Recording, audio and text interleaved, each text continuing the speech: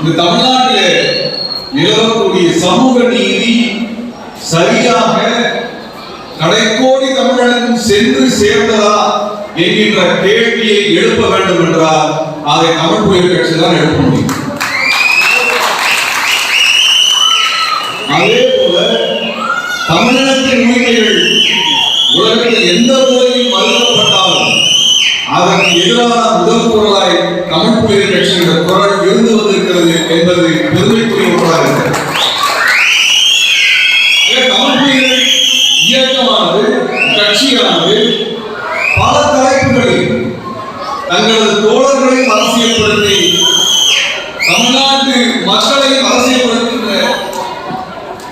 தமிழ்நாட்டு மக்களை அரசியல்படுத்துகின்ற ஒரு பெரும்பணியை செய்து வருகிறார்.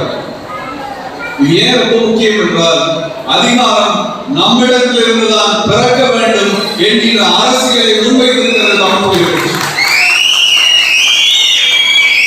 அதிகாரம் மாநிலத்தில் இருக்கக்கூடியவர்கள் அல்ல, இந்த நிலத்தை பண்படுத்தக்கூடியவர்களுக்கு, இந்த நிலத்தை உருவக்கூடியவர்களுக்கு, இந்த நிலத்தை பல்வேறு பொருட்களை உற்பத்தி செய்யக்கூடியவர்களுக்கு, இந்த நிலத்தை மனிதர்கள் வாழ்வதற்கு தகுதியான இடமாக மாற்றுபவர்களுக்கு தான் அதிகாரம். அப்ப அதை செய்யணும்னா தமிழ் புலிகள் கட்சி வலுவான இயக்கமாக இந்த மண்ணிலே அதிகாரத்தை நிலைநாட்டுகின்ற ஒரு இடத்திற்கு நகர வேண்டும் என்று நாங்கள் விரும்புகின்றோம். இன்னைக்கு மாவீரர் நாள், தமிழகத்தினுடைய உன்னதமான நாள். தேசிய தலைவர் பிரபாகரன் அவர்கள் பேசும்பொழுது சொல்வார், மாவீரர் நாள் என்பது துக்க நாள் அல்ல, நமது லட்சிய வேட்கையை உறுதி செய்வதற்கான நாளாக நீங்கள் மாவீரர் நாளை எடுத்துக்கொள்ள சொல்லுவார். அதாவது என்றால் சிங்களர்கள் பெரும்பான்மையாக இருக்கிறார்கள். இலங்கையில் சிங்கள பெரும்பான்மையினர் பெரிய ராணுவத்தை வச்சிருக்கிறார். அவர் தமிழ் மக்களை கொள்ளுகிறார்கள், பெண்களை சீரழிக்கிறார்கள், குழந்தைகளை அழிக்கிறார்கள். எதிர்த்து கேட்பதற்கு உலக நாடுகள் வரவில்லை, இந்தியா வரவில்லை. அப்படின்னா என்ன அர்த்தம்னா நம்மை பாதுகாக்கணும்னா நம்ம தான் இட வேண்டும் என்று தமிழினத்தை எழுப்பி படையெட்டியவர் பிரபாகரன்.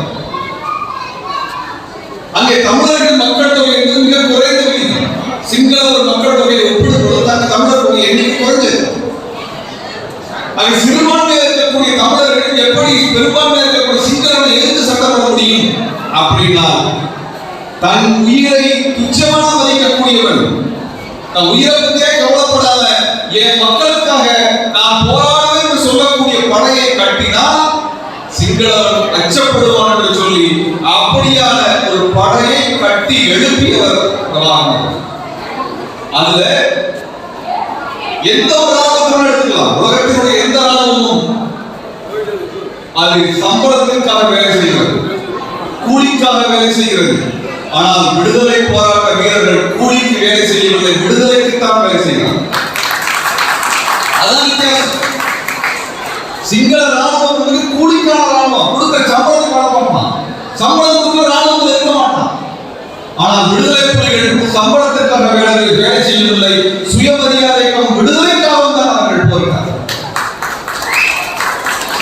எல்லா தலைவர்களும் பேசுறதை நாம் வரலாற்றை பார்த்துருக்கோம்.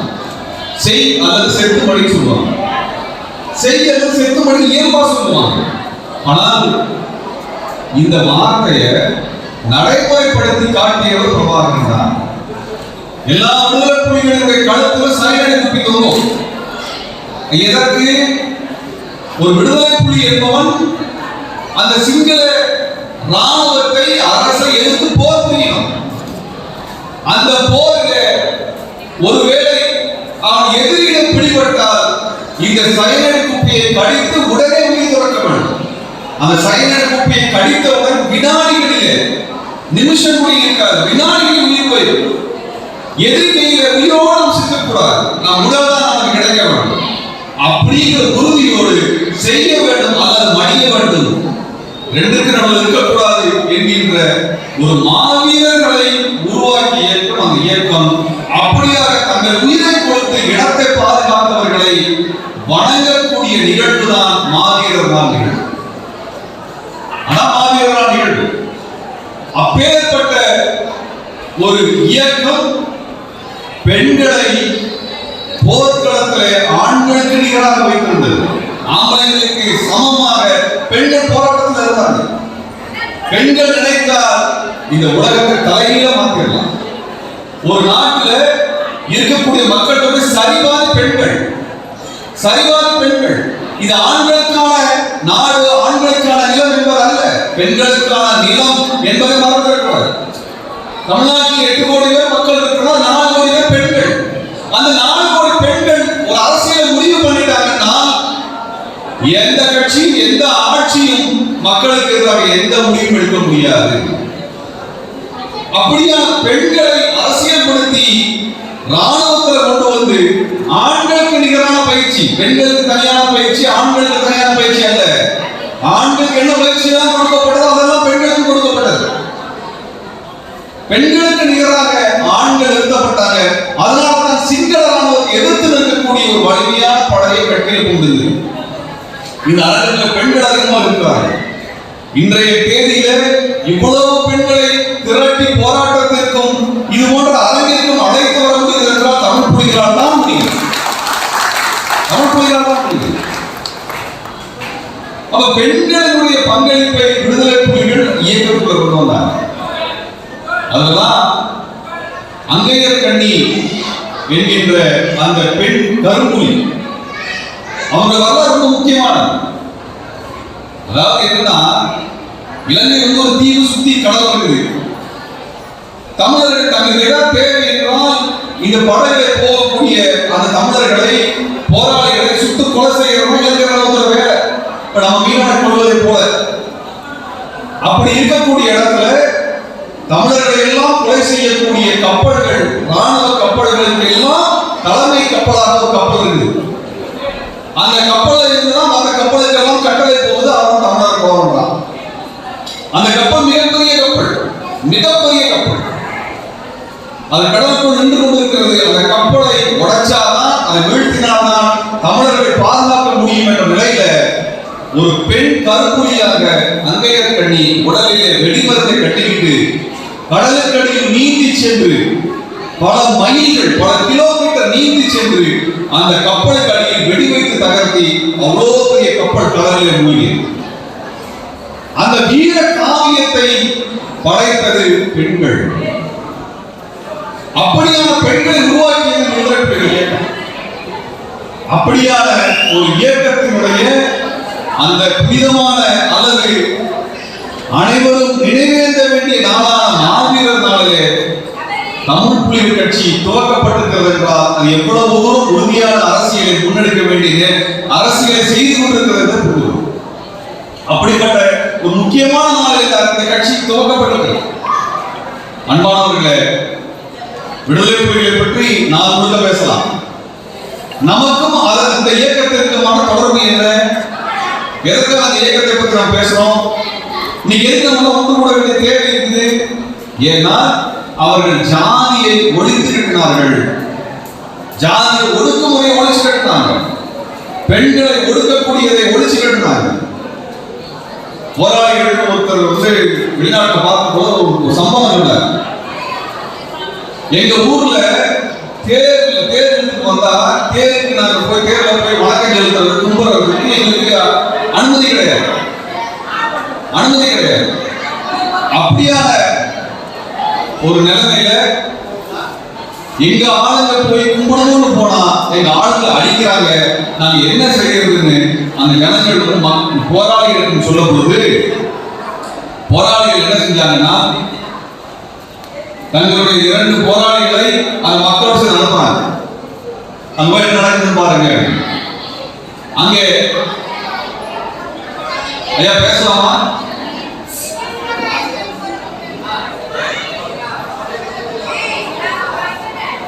பேசலாமா?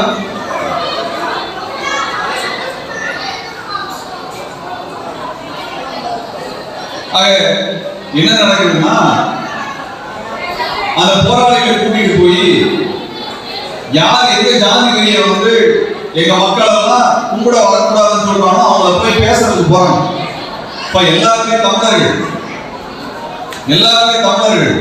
இப்ப சாமி கும்பிடுறோம், எல்லாத்துக்குமான அனுமதியை எல்லாத்துக்குமான தரணும், சமமா தரணும் அப்படின்னு பேசி பார்க்கிறாங்க. அந்த ஜாதி வெறியன் திமிரோடு இருக்கின்றான். அவன் வந்து அந்த மக்களை எல்லாம் சாமி போறத விட மாட்டோம், எங்க தெருவுக்கு விட மாட்டோம், தேருக்கு விட மாட்டோம்னு சொல்றாங்க.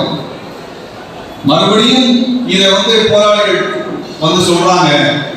அப்ப தலைவர்கள் சொல்றாங்க, அடுத்த முறை போகும்போது துப்பாக்கியோட போங்க.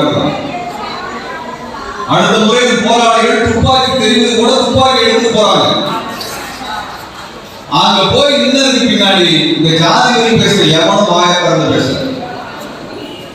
இப்படியாகத்தான் சாதி வெறியர்களை அவர்கள் நேருக்கு நேராக களத்தில் எதிர்கொண்டார்கள். சாதிய ஆணவத்தோடு பேசுபவர்களுக்கு தண்டனை, கடும் தண்டனை கொடுத்தார்கள். விடுதலை புலி இயக்கத்திற்குள் சாதி அடையாளத்தோடு யாருமே இருக்க முடியாது, யாருமே இருக்க முடியாது. பேர்களை வைத்து அவருடைய சாதிகளை கண்டுபிடிக்க முடியாது. இப்படியான ஒரு வலிமையான இயக்கத்தை கொண்டு வந்தாங்க. அதற்கான அந்த அரசியலை தான் இன்னைக்கு தமிழ்நாட்டில் பேசிட்டு இருக்கிறோம்.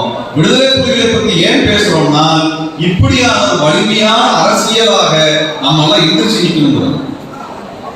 அன்பானவர்களே, விடுதலை புலிகள் தேர்தலிலே வெற்றி பெற்று தமிழருக்கு உரிமையை வாங்கி தரலாம்னு சொல்லி அங்கே இலங்கைக்குள் இருந்த தமிழ் அரசியல்வாதிகளை எல்லாம் ஓரமா உட்கார வச்சுட்டு நம்முடைய உரிமைக்கு நம்ம தான் சண்டை போட முடிவெடுத்து போராட்டங்களுக்கு வந்தாங்க. அது நமக்கு நிறைய பொருந்தும், நமக்கு நிறைய பொருந்தது. நம்ம யாருக்கு ஓட்டு போடுறோம், எந்த கட்சி வந்து கேட்க ஓட்டு போட்டுருவோம். நம்மளை எல்லாம் என்ன பண்றாங்க, ஓட்டு வாங்க மட்டும் பயன்படுத்திக்குவாங்க. நான் ஒரு கேள்வி கேட்க விரும்புகின்றேன். நம் மக்களுக்கு இந்த பகுதியில எத்தனை சதவீதம் நிலம் இருக்குது? எத்தனை சதவீதம் நிலம் இருக்குது? எத்தனை ஆண்டா நீ வேலை செஞ்சிருப்பீங்க? உழைத்தா உயர்லான்னு சொல்றானே, நம்மளை விட கையாம உழைச்சிருக்கான் சொல்லுங்க. நம்மளை விட அதிகமா உழைக்கக்கூடியவர் யார் இருக்கா? அப்ப ஏன் உயர முடியவில்லை? எத்தனை சதவீதம், எத்தனை ஏக்கர் நிலம் இருக்குது? நம்மளுக்கு எத்தனை கம்பெனி இருக்குது? எத்தனை பள்ளிக்கூடம் இருக்குது? எத்தனை கல்லூரி இருக்கு? சொல்லுங்க பார்ப்போம். எத்தனை கடைகளுக்கு சொந்தமாக இத்தனை வருஷம் அந்த நேரத்தில் வேலை செய்து இந்த நேரத்தை ஒரு பொன்விளைகின்ற ஒரு நிலமாக மாற்றிய நம் மக்களுக்கு என்ன சொத்து இருக்குது? ரெண்டு கையை தவிர ஒன்றும் இல்லை. அப்ப இது யார் கேட்கிறது? எப்ப உங்களுக்கு சொத்து வரும்? எப்ப உங்களுக்கு வசதிகள் வரும்? எப்பொழுது உங்களால் நீங்கள் நடத்தப்படுகின்ற கல்லூரிகள் வரும்? நம்ம பிள்ளைங்க போய் படிச்சு முன்னேறுவதற்கான பள்ளிக்கூடத்தை கல்லூரியை எப்படி கட்டுறது? கேட்கணுமா வேண்டாமா? நம்ம மனுஷன் நம்ம மனுஷன் தான், ரெண்டு பேரும் மனுஷன் தான்.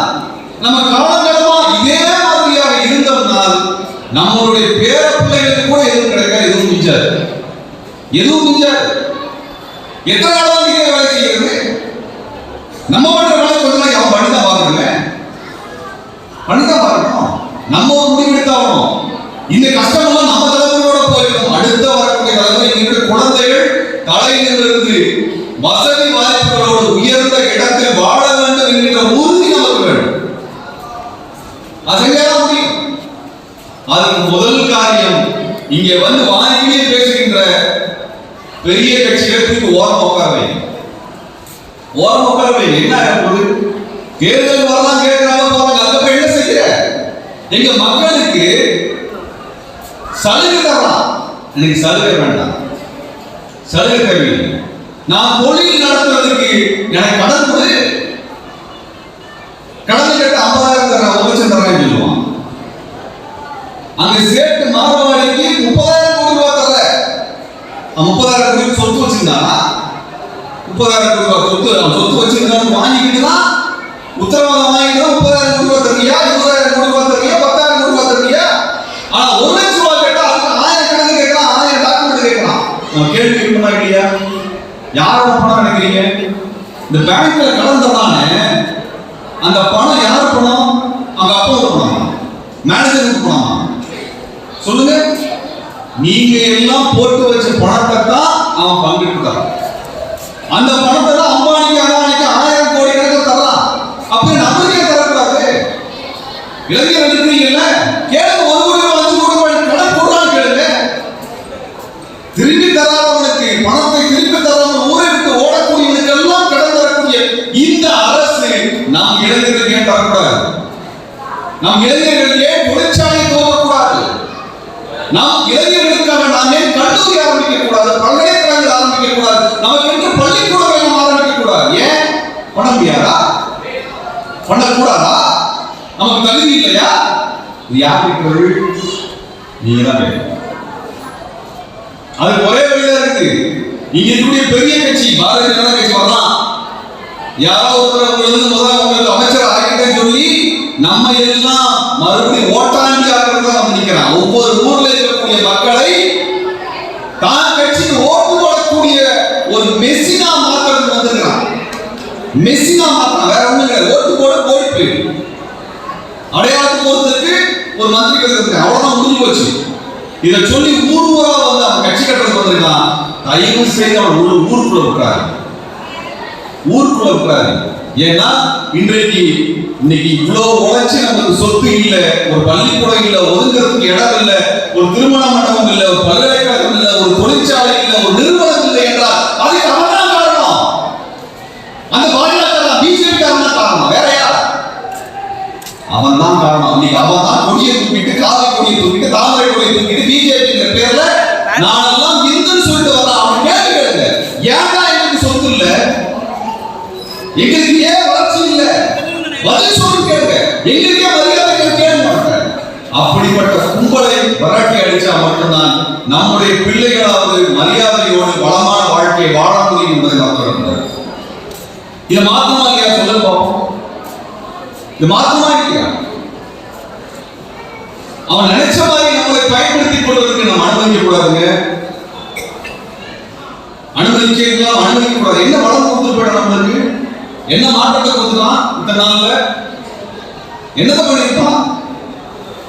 எல்லாருக்கும் குறைஞ்சபட்சம் ஒரு பஞ்சமி நடத்தையோ, ஒவ்வொருத்தருக்கும் ஒவ்வொரு குடும்பம் இத்தனை ஆண்டுகளமாக, இத்தனை ஆயிரம் ஆண்டுகளமாக உழைச்சதுக்கு ஒவ்வொரு குடும்பத்துக்கு ஒரு 5 ஏக்கர் நிலம் கொடுக்க முடியாதவங்க 5 ஏக்கர் நிலம் கேட்பது சரியா தப்பா சொல்லுங்க? உங்க ஒவ்வொரு குடும்பத்துக்கும் 5 ஏக்கர் நிலம் கேட்பது சரியா தப்பா? இல்லைங்க, கேட்க மாட்டீங்களா? சரிதானே? அதானிக்கு அம்மாவுக்கு 5000 ஏக்கர் 8000 ஏக்கர் நிலம் தர்றாங்க. உங்களுக்கு 5 ஏக்கர் கொடுங்க, கேட்க மாட்டீங்க. நீ கேட்டவங்க கொடுக்க போறாங்க, கேட்கறதுக்கு நமக்கு பொருள் வர மாட்டேங்குது.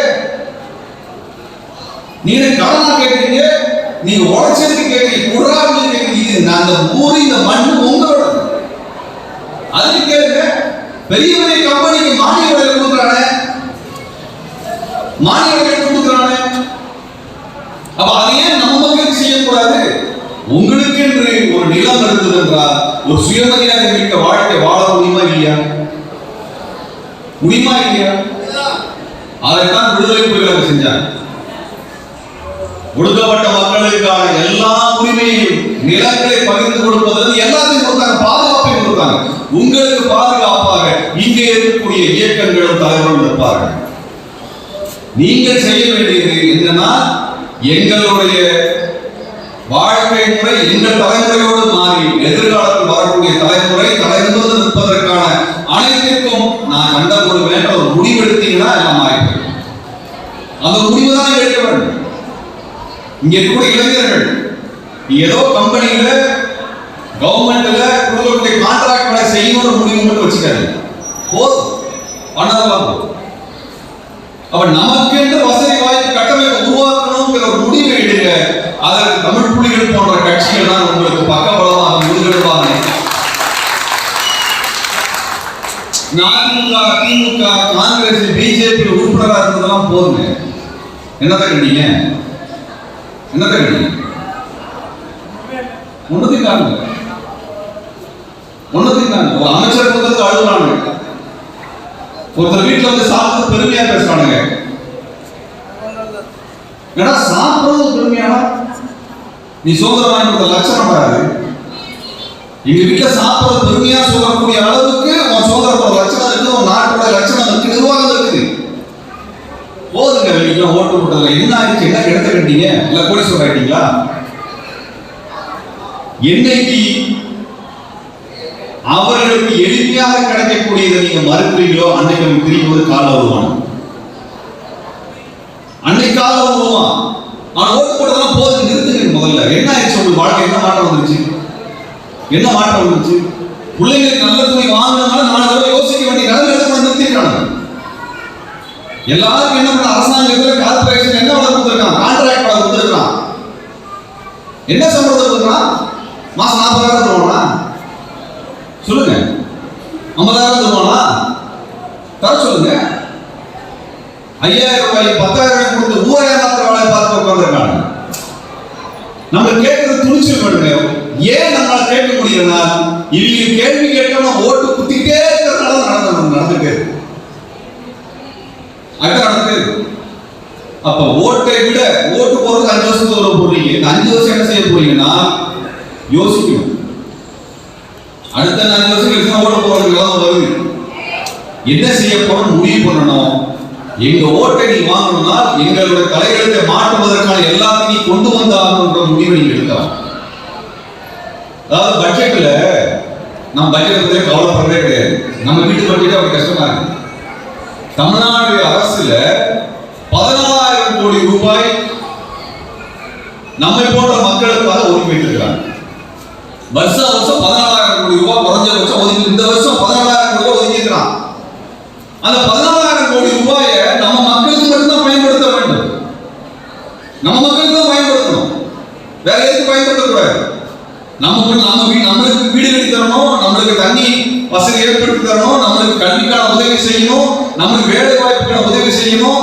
எல்லாத்தையும் செய்வதற்கு 14,000 கோடி ரூபாய் ஒதுக்கி வைக்கிறான். நம்ம கேட்கறது ஆள் இல்லைங்கிற 14,000 கோடி ரூபாய் மத்திய தாராவதான். குழந்தை அரசு 2 வருஷத்துக்கு முன்னாடி எங்க கூப்பிட்டு சொன்னாங்க, இப்படி இருக்குது, நம்மளுக்கு பட்ஜெட் தனியா போட்டு ஆகணும். மற்ற மாநிலத்தில் போடுறான், கர்நாடகத்தில் போடுறான், தெலுங்கானால போடுறான், கேரளால போடுறான், ஏன் தமிழ்நாட்டில் போடல அப்படின்னு கேள்வி கேட்கணும். அது நீங்க வருவீங்களா மாட்டீங்களா? வருவீங்களா மாட்டீங்களா? உங்க காசு கேட்குது, நீங்க வரி. நான் கேட்கிறேன், பணக்காரன் தான் வரி கட்டணும் அந்த நாட்டில். நீங்க 1 ரூபாய்க்கு சாயம் வாங்குறீங்க, அதுக்கு வரி கட்டுறீங்க 18 பைசா, 15 பைசா, 12 பைசா கட்டுறீங்க. சோப்புக்கு, சீப்புக்கு எல்லாரும் வரி கட்டுறீங்க. வரி கட்டாம ஒரு பொருள் வாங்க கிடையாது. நம்ம மட்டும் நேர்மையான அரசாங்கம் வரி கட்டணும். கம்மி பிடிச்சவங்களுக்கு பணக்கார வரி எல்லாம் கட்டுறது இல்லை. பணக்காரனுக்கு சொத்து வரியை வந்து குறைச்சானுங்க. எவ்வளவு 1.5 லட்சம் கோடி ரூபாய் அளவுக்கான வரியை குறைச்சு கொடுத்தாங்க. நம்மளுக்கு வரி ஏற்றி வச்சானுங்க. நம்ம கேட்கல. உங்க பணத்தை 14,000 கோடி உங்க பணம், நீங்க கேட்பீங்களா மாட்டீங்களா? என்னங்க கேட்கணும். அடுத்த முறை வரக்கூடிய பட்ஜெட்ல எங்களுக்கு ஒதுக்குங்கடா அப்படின்னு சொல்லி கேட்கக்கூடிய அளவிற்கு நாம் உயர்ந்திருக்க வேண்டும், ஒற்றுமையாக இருக்க வேண்டும். அதான் அரசியல். ஓட்டு போட்டு சும்மா போயிடக்கூடாது. இவங்க ஒழுங்கா வேலை பார்க்கிறாங்களா இல்லையான்னு டெல்லி அரசாங்கத்துல இருந்து லோக்கல் அரசாங்கம் வரைக்கும் கண்காணிக்க வேண்டிய பொறுப்பு நமக்கு இருக்கா இல்லையா சொல்லுங்க. அது இல்லைன்னா 5 வருஷத்துக்கு ஒரு ஓட்டை குத்தி பெசாம படுத்துவோம்னா நம்மளுடைய பணத்தை எல்லாம் தெரியுமா. ஒரு வருஷத்துக்கு 14,500 கோடி ரூபாய் அப்படின்னா 5 வருஷத்துக்கு எவ்வளவு ஆச்சு? 5 வருஷத்துக்கு எவ்வளவு ஆச்சு? 75,000 கோடி ரூபாய் இந்த மக்களுக்கு வர வேண்டிய பணம் வராமல் போகிறது. 75,000 கோடி ரூபாய் 5 வருஷத்துல வர வேண்டிய பணம். அது வந்த வாழ்க்கை எவ்வளவு தூரம் நம்மால் முன்னேற்றிக்க முடியும் செஞ்சு பார்க்கறேன். நம்மளால கேட்கவே தோணாதுங்க. அரசாங்கம் நம்மளுக்கு வீடு கட்டி தருதுன்னா எவ்வளவு ஸ்கொயர் ஃபீட்ல தருவான்? ஒரு 300 ஸ்கொயர் ஃபீட் 200 சதுரடி தரானா? 300 சதுரடி தரானா? ஏன் 1500 சதுரடி கேளுங்க, என்ன குறைஞ்சு போயிடும்? அமைச்சர் 200 சதுரடியில் இருக்கிறாரு. நான் கேட்கறேன், உங்க ஊர் அமைச்சர் உங்ககிட்ட ஓட்டு வாங்குற 200 சதுரடியில் இருப்பாரா? இருப்பாராவே? அவரால் இருக்க முடியாது. நம்ம நம்மளால இருக்க முடியாது. நீ 4,000 சதுரடியில் வீடு கட்டிருக்க, எனக்கு 1,000 சதுரடியில் வீடு ஒன்று கேட்கறேன். நம்ம என்ன தப்புன்னு கேட்கிறேன். என்ன தப்பு? நம்மளுக்கு கேட்கல, நம்ம கேட்கறதுனால பண்ணி கொடுக்கல. இனிமேல் கேட்போம், கேட்டாகும். ஏன்னா அவன் சொந்த காசுல பண்ணி தரல, நம்ம கொடுக்குற வரி பணத்தை நம்ம பண்ண வேண்டிய கடமை அவனுக்கு இருக்குது. அதை நம்ம கேள்வி கேட்கறது இல்லை. அதனால தான் நமக்கான வாழ்க்கை வசதி என்பது இருக்கு. ஆகவே அன்பானவர்களே, உங்க அரசியல் தலைவிதியை மாற்றணும் உங்க கையில் இருக்கு. பெண்கள் இருக்கிறீங்களே, இந்த அரசாங்கம் எல்லா சட்ட திட்டங்களையும் பாதிக்கப்படுறது நீங்க தான். ரேஷன் கடையில் அரிசி போடல, மண்ணெண்ணெய் போடலன்னா அது உங்களுக்கு தான் பிரச்சனையா வந்து நிற்குது. கேஸ் விலை ஏற்றினா உங்க தலையில தான் விழுகுது. இந்த டாஸ்மாக் திறந்து வச்சுன்னா அத்தனை பிரச்சனை நம்ம தலையில தான் விழுகுது. இல்லையா? குடிச்சுட்டு வீட்டுல வந்து பண்ணக்கூடிய உடம்பல் பண்ணக்கூடிய கணவனை சும்மா விட்டாரு. 4 பொம்பளைக்கு சேர்ந்து தட்டி கேட்கக்கூடிய கேள்வியே நீங்க தான் செய்யணும். பொம்பளைக்கு பார்த்தா நீங்க தான் ஆன்லைன்ல வருவாங்க. ஒன்று 10 பைசா போயிடும் கிடையாது, 10 பைசா போயிடும் கிடையாது. ஆக பெண்கள் தான் அனைத்து பிரச்சனைகளையும் தூக்கி சுமந்து இருக்கிறீங்க. குழந்தைங்களை படிக்க வைக்கிறதுல இருந்து ரேஷன் கடைக்கு போறதுல இருந்து அத்தனை பிரச்சனையும் எதிர்கொள்ளக்கூடியது பெண்கள் தான். பெண்கள் எழுந்து நின்றால் மட்டும்தான் இந்த சமூகம் மாறும், தலையெழுத்து மாறும். ஆகவே இந்த நாளில் அதையெல்லாம் நினைவில் வைத்துக் கொண்டு தமிழ் புலிகள் கட்சியினுடைய கரத்தை வலுப்படுத்துங்கள், கட்சியை விரிவுபடுத்துங்கள். உங்க ஊர்ல வேற கொடி, வேற பாஜக கொடியில இருக்கவே கூட அது அசிங்கம், அது அசிங்கம். அதை பார்த்தாலே நமக்கு ஏதோ எதையோ மிதிச்சது மாதிரி இருக்குது. அந்த கர்மம் தான் இருக்கவே கூடாது. ஊர்ல எங்கேயோ வடநாட்டுல இருந்து இங்க கொடி கட்டுவாங்க, நம்ம ஊர் கொடி கட்டுவாங்க. என்னடா அது கேட்கிற மாதிரி கேட்கணும். ஏதோ வடநாட்டுக்காரங்க கொடி கட்டுவோம், அதையெல்லாம் பார்ப்போம், வெக்கணும், நம்மளே ஏற்றி பார்ப்போம். ஆனா நம்ம ஊருக்காரன் நம்மளுக்காக வேலை செஞ்சவங்க கொடி ஏற்றக்கூடாதுன்னா அந்த தலைவிதியை மாற்றி ஆகணும். அதை மாற்றணும். அதற்கு உறுதிமொழி எடுக்கக்கூடிய நாள் தான் இந்த நாள். இந்த நாளில் தோன்றிய தமிழ் புலிகள் கட்சி தமிழ்நாட்டு தலைவர்களை மாற்றட்டும் என்று சொல்லி எனது வாழ்த்துக்களை தெரிவித்து விடைபெறுகிறேன்.